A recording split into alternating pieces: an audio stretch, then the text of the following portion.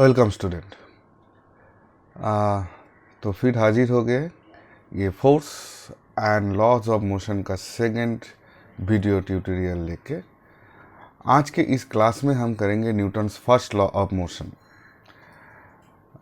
जो लोग आज ये फर्स्ट वीडियो मेरा देख रहे हो, मैं बोलूँगा कि इससे जो पहला वाला वीडियो है जो मैंने ये फोर्स के ऊपर कंप्लीट किए थे, प्लीज़ उसको एक बार देख लो। उसका लिंक मैं इसमें मेरा डिस्क्रिप्शन में इस वीडियो का मैं दे दूँगा, क्योंकि वो कंटिन्यूअस प्रोसेस है। आपको कुछ टर्म इसमें आएगा जो पिछले वीडियो में हमने डिस्कस किए थे। तो चालू करते हैं Newton's first law of motion. Before starting this Newton's first law of motion, थोड़ा आइजैक न्यूटन सर के बारे में बोल लेते हैं। हम लोग को मालूम ही है, एक बहुत ही फेमस स्टोरी है उनके बारे में कि एक एप्पल पेड़ के ऊपर जब वो नीचे बैठे हुए थे, तो एप्पल पेड़ से जब एक एप्पल गिर रहा था तो वो ग्राउंड में आया। तो तभी उसको दिमाग में आया कि एप्पल ऊपर नहीं क्यों नहीं गए, वो नीचे क्यों आया।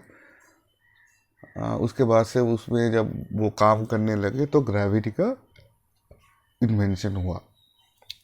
और ड्यूरिंग दिस जर्नी वो फोर्स के ऊपर भी बहुत इंटरेस्टेड हो गया, क्योंकि without force gravity is not there. आपको फोर्स के बारे में जानना है, और ये फोर्स के फील्ड में भी ह्यूज उसका कंट्रीब्यूशन है। Because before Newton's law there was no such a formula to finding out the force. So उनका जो फार्मूलाज है उसके बाद से ही फोर्स का measurement, exact unit, exact amount ये आना चालू हुआ। इससे पहले सिर्फ एक कंसेप्चुअल होता था। तो during the journey of this force by sir Isaac Newton, उसने तीनों लॉ जो हम लोगों को देखे गए, एक Newton's first law, second law, third law, तो वो आपके सिलेबस में है। तो आज हम चालू करते हैं Newton's first law of motion. A body at rest will remain at rest and a body in motion will remain in uniform motion unless an unbalanced force act on it. Mind it, unbalanced force. देखो, पिछले क्लासों में शायद कहीं कहीं पे थे Newton's first law, उधर एक एक्सटर्नल फोर्स बोल के लिखा हुआ था। आज पहली बार आपने ये टर्म देखा, अनबैलेंस्ड फोर्सेस। देखो, एक्सटर्नल फोर्सेस, एक से ज़्यादा फोर्स अगर ऑपोजिट डायरेक्शन में अप्लाई हुआ तो उसका रिजल्टेंट जीरो हो सकता है। That time it is called balanced force. अगर उसका रिजल्टेंट जीरो हो गया तो एक रेस्ट में रहा कोई भी ऑब्जेक्ट, अगर बैलेंस्ड फोर्स उसमें अप्लाई हो तो वो हिलेगा नहीं, क्योंकि उसका रिजल्टेंट तो जीरो है। तो एक चीज़ मैंडेटरी है, जो फोर्स आप अप्लाई कर रहे हो वो अनबैलेंस्ड होना चाहिए, मतलब जिसका एक रिजल्टेंट हो, तभी जाके वो मूव करेगा। और अगर कोई चीज़ इन मोशन में हो, जो कोई आपके तरफ आ रहा है, एक बाइसाइकिल आ रहा है, उसमें अगर आपने ब्रेक नहीं लगाया हो, मतलब कोई एक्सटर्नल फोर्स उसमें नहीं अप्लाई किए हो, तो वो चलता ही रहेगा, चलता ही रहेगा, अगर रोड में कोई फ्रिक्शन ना हो।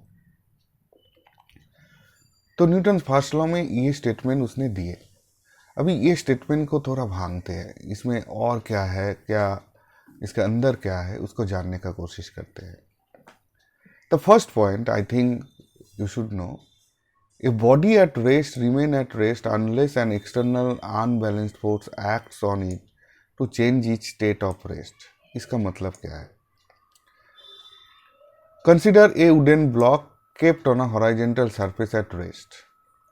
It will remain at rest unless somebody moves it. कभी भी वो हिलेगा नहीं अगर कोई अनबैलेंस्ड फोर्स उसमें अप्लाई ना हो।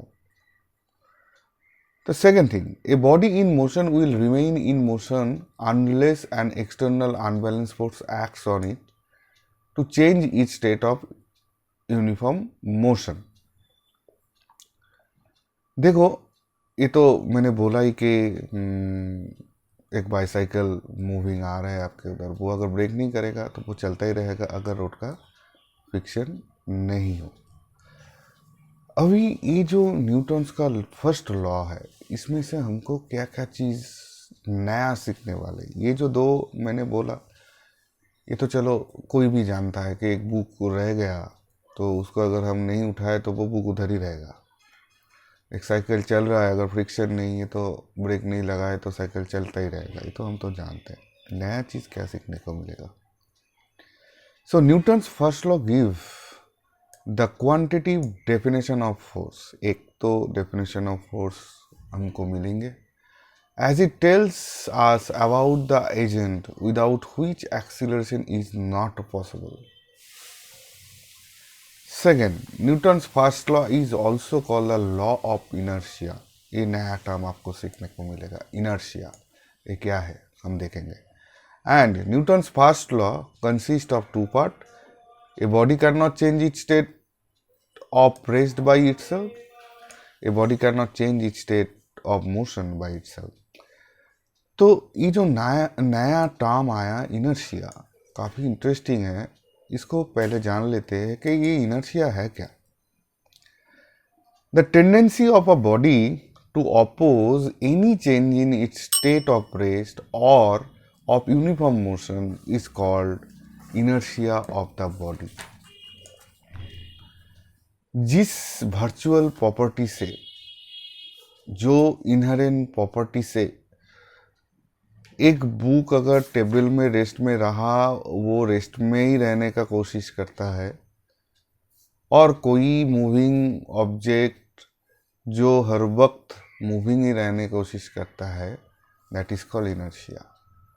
देखो, एक मूविंग ऑब्जेक्ट का मैं एक एग्जांपल देता हूँ। सपोज आप बाइसाइकिल राइड कर रहे हो, आप पैडल कर रहे हो तो बाइसाइकिल आगे जाएगा क्योंकि आपने फोर्स अप्लाई किया तो वो आगे जाता है।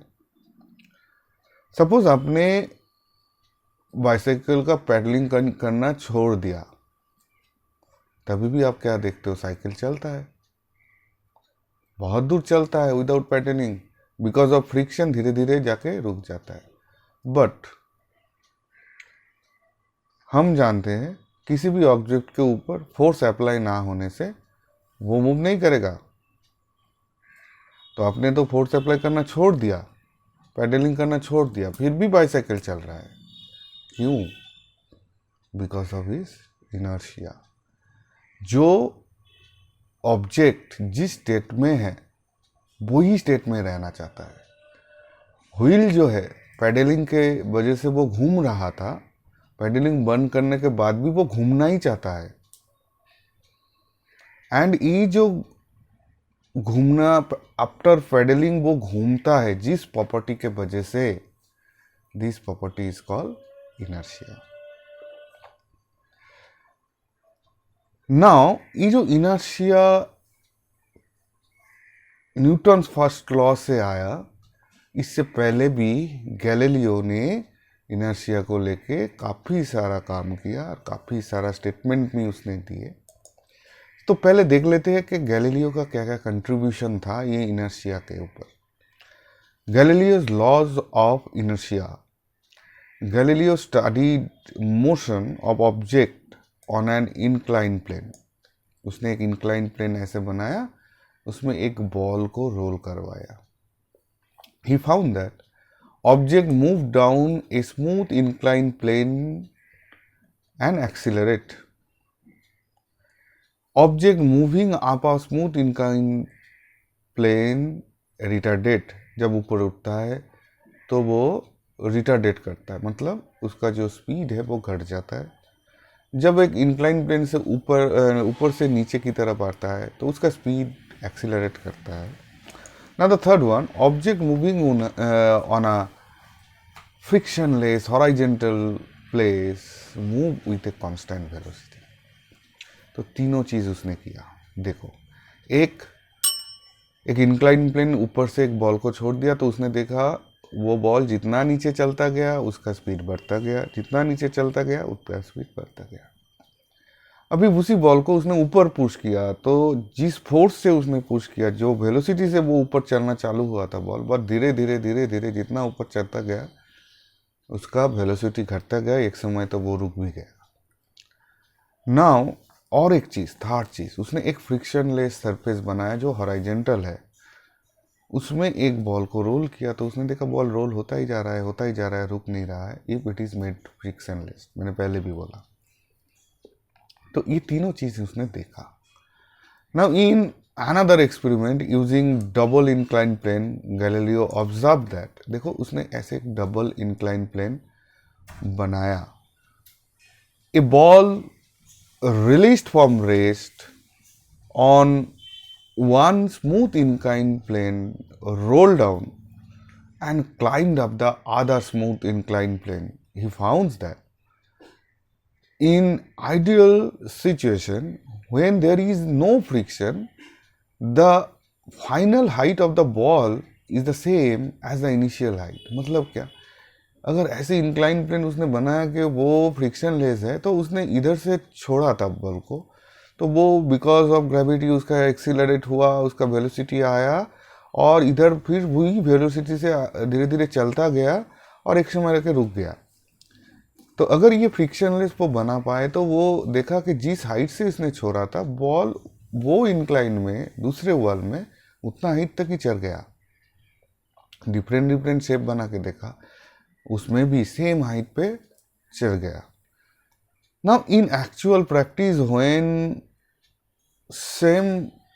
सम friction is there, final height is somewhat less than initial height. अगर फ्रिक्शन है तो जितना हाइट से छोड़े थे उतना हाइट में नहीं जा पा रहा है। In no case final height is ever greater than the initial height. लेकिन जितना भी वो तरह तरह का टेस्ट किया, किसी पे भी ऐसा उसने बना नहीं पाया कि जिस हाइट से उसने छोड़े थे उससे ज़्यादा हाइट में उठ गया, नहीं हो पाया। वो फ्रिक्शनलेस हो, फ्रिक्शन हो और अदर अरेंजमेंट हो, कोई भी शेप हो। When the slope of the two plane are same, distance covered in rolling down one incline is the same as the distance covered in climbing up the other incline. मतलब अगर ये same shape का है जो ये वाला picture दिखा रहा है, तो जो डिस्टेंस वो ट्रैवल करके नीचे आए थे उतना ही डिस्टेंस ट्रैवल करके वो ऊपर उठे। This is shown in figure. When a slope of second smooth inclined plane is decreased and the experiment is repeated, the ball still reaches the same final height, but in doing so it travels a larger distance as shown. देखो ये जब incline कर दिया, ये तो distance ज़्यादा travel कर रहा है, फिर भी सेम हाइट में ये क्लाइम कर रहा है। Now the third one, when the slope of second smooth inclined plane is made zero, मतलब देखो इसमें इंक्लाइन नहीं है, ये तो स्ट्रेट कर दिया, एकदम हॉरिजॉन्टल कर दिया। The ball travels an infinity distance. In the ideal situation, ये चलता ही जाएगा, चलता ही जाएगा, चलता ही जाएगा, रुकेगा नहीं। That is why it is infinite distance. Now, from his experiments, Galileo concluded that the state of rest and the state of motion with constant velocity are equivalent. एक ही चीज़ है, कोई चीज़ स्टेट में रहेगा तो स्टेट में ही रहेगा, कोई चीज़ चलता जाएगा तो चलता ही जाएगा। In both cases, no net force is acting on the body. क्योंकि फ्रिक्शन नहीं है तो अपोज कोई फोर्स तो होगा भी नहीं, और उसने ऊपर से सिर्फ छोड़ दिया है, कोई फोर्स अप्लाई नहीं किया। सो Galileo emphasized that it is incorrect to assume that a net force is needed to keep a body in uniform motion along a straight line. Thus, Galileo concluded that if net external force is zero, a body at rest continues to be rest, and a body in uniform motion continues to move uniform along the same straight line. This is Galileo's laws of inertia. So this inherent property of all bodies by virtue of which they cannot change by themselves their state of rest or of uniform motion along a straight line is called inertia. So definition is there. जो inertia का definition Galileo ने दिए थे क्या? This inherent property, देखो उसका खुद का प्रॉपर्टी ऑफ ऑल बॉडीज, सबका, by virtue of which they cannot change by themselves their state of rest or of uniform motion along a straight line is called inertia. Now types of inertia. Inertia are two types. The resistance offered by a body to change its state of rest is called inertia of rest. The tendency of a body to oppose any change in its state or rest is known as inertia of rest. देखो inertia of rest क्या है? देखो मैंने बोला types of inertia two type का है. एक तो है inertia of rest and दूसरा है inertia of motion. तो ये inertia of rest क्या है? The resistance offered by a body to change its state of rest is called inertia of rest. मतलब जो चीज़ रेस्ट में रहता है वो रेस्ट में ही रहना चाहता है, और जिस प्रॉपर्टी के वजह से ये होता है उसको inertia of rest बोलता है. उसको अगर थोड़ा दूसरे तरह से बोलते कि the tendency of a body to oppose any change in its state of rest is known as inertia of rest.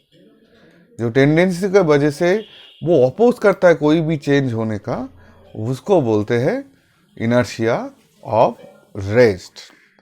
तो इधर एक दो एग्जाम्पल है, देख लेते हैं. When a branch of tree is shaken vigorously, leaf fruits get detached and fall. आम को पेड़ को अगर झकाओ कोई डाल को तो आम गिर जाता है. क्यों? This is because the branch comes in motion but the fruits at rest tends to remain at rest due to inertia of rest and get detached after the fruits get detached. Gravity play its roles in making the fruit falls. मतलब जो हमने तो वो डाल को हिला दिया, डाल हिलने लगा बहुत ज़ोर से, बट वो फ्रूट जो रेस्ट में था वो रेस्ट में ही रहना चाहता है. तो वो फिक्स था, लेकिन उसका जो जिस डाल से वो जुड़ा हुआ था वो बहुत ज़ोर से हिल रहा है. तो जहाँ पे वो लगा हुआ था उधर से एक फोर्स से वजह से वो गिर जाएगा, क्योंकि वो रेस्ट में रहना चाहता है, वो मूव करना नहीं चाहता है. तो ये एक एग्जाम्पल है. दूसरा, for removing dust from carpet. ये हमने देखे ही होंगे कि जब ठंडी का मौसम आता है हम ब्लैंकेट वगैरह को ये बहुत देखे कि जब ब्लैंकेट बाहर निकलते हैं तो उसको हम पकड़ के उसके ऊपर अगर कोई स्टिक से आप हीट करोगे तो उसमें से धूल गिर जाएगा. क्यों? क्योंकि ब्लैंकेट हो या कारपेट हो, उसके ऊपर जितना भी धूल रहता है वो इनर्शिया ऑफ रेस्ट के वजह से उसके अंदर जो धूल है वो रेस्ट में ही रहना चाहता है. आपने जब किसी स्टिक से हीट किया तो जिस जगह पे हीट किया कारपेट में तो मोशन आ गया, बट क्या हुआ, जो धूल है वो रेस्ट में ही रहना चाहता है. तो कारपेट मूव कर गया, वो अपने प्लेस में रेस्ट रहा, तो वो कारपेट से छूट गया और नीचे गिर गया बिकॉज ऑफ ग्रेविटी. देखो इधर तो बहुत सारा एग्जाम्पल्स है, लेकिन मैं आपको एक सॉलिड एग्जाम्पल्स देता हूँ जिसमें से आपको दोनों ही हो जाएगा, inertia of rest and inertia of motion. आपने बाइक में तो चढ़े ही होंगे. आप जब बाइक के पीछे बैठे हो और जब बाइक स्टार्ट होता है वो एक्सीलरेट करता है। इनिशियल कंडीशन सोचो, आप बैठे हो, बाइक रेस्ट कंडीशन में है, अभी अचानक आपके दोस्त ने एक्सीलरेट कर दिया, स्टार्ट करते ही एक्सीलरेट कर दिया, तो क्या होगा? आप पीछे की तरफ झुक जाओगे, है ना? ऐसे ही तो होता है। देखो, आप जब बैठे थे तो हमारा जो बॉडी है, जो कमर है, वो एक जंक्शन की तरफ काम करता है। ऐसा मतलब जो कमर से ऊपर है और कमर से नीचे जो पैर वगैरह जो भी है, वो एक जंक्शन के माफिक काम करता है, फ्लेक्सिबल, बेंड हो सकता है। तो आप जब बैठे थे, आपका आपका सारा शरीर जो था वो रेस्ट में था, बट जब ये एक्सेलरेट किए, अचानक आपका जो कमर के नीचे वाला हिस्सा है जो बाइक के साथ टच है, वो तो मोशन में आ गया क्योंकि बाइक इन मोशन, बट आपका जो ऊपर वाला, कमर के ऊपर वाला जो हिस्सा है वो रेस्ट में था, रेस्ट में ही रहना चाहता है, वो मोशन में आना नहीं चाहता, इसलिए आप पीछे चला जाते हो क्योंकि आपका सामने वाला हिस्सा तो आगे चला गया। समझ में आया? ऐसे भी बहुत बहुत एग्जाम्पल है। When A hit A striker on a peel of carrom counters, you will observe that only the lowest counter moves away, the rest of the pill remains in the original position. तो ये सारे तो है।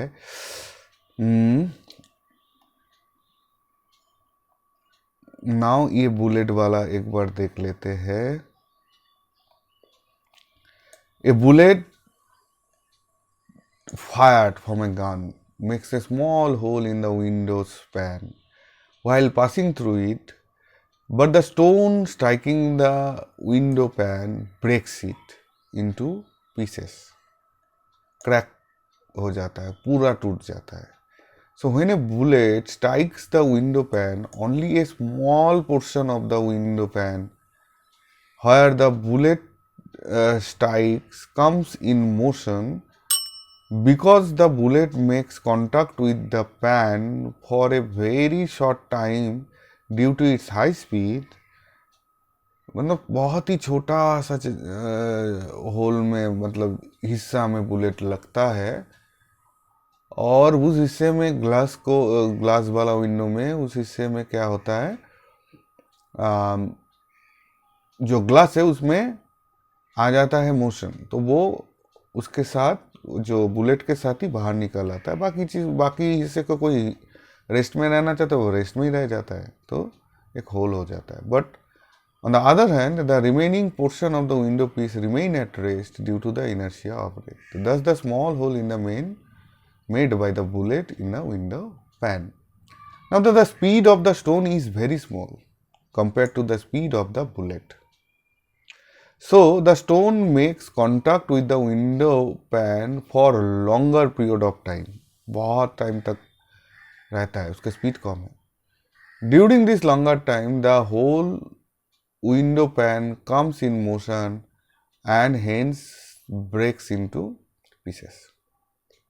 Bullet का speed ज़्यादा है, वो touch किया, उसी जगह में मोशन आते आते वो बाहर निकल गया, तो बाकी जगह में मोशन आ ही नहीं पाए, तो इसलिए स्मॉल होल हो जाता है।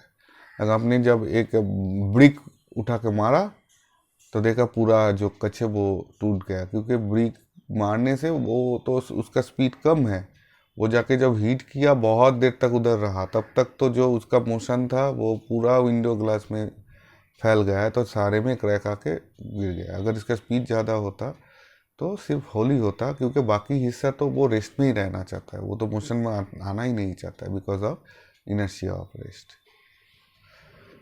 नाउ एक एक्टिविटी है, ये भी काफ़ी अच्छा एक्टिविटी है, आपने किए ही होंगे।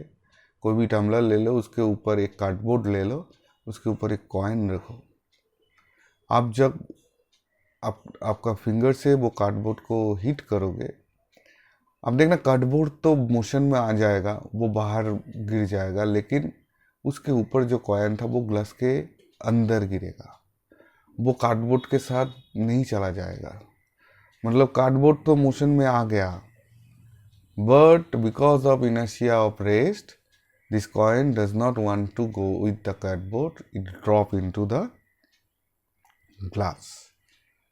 सो ये एक्टिविटी इधर लिखा हुआ है, मैंने तो बोल ही दिया।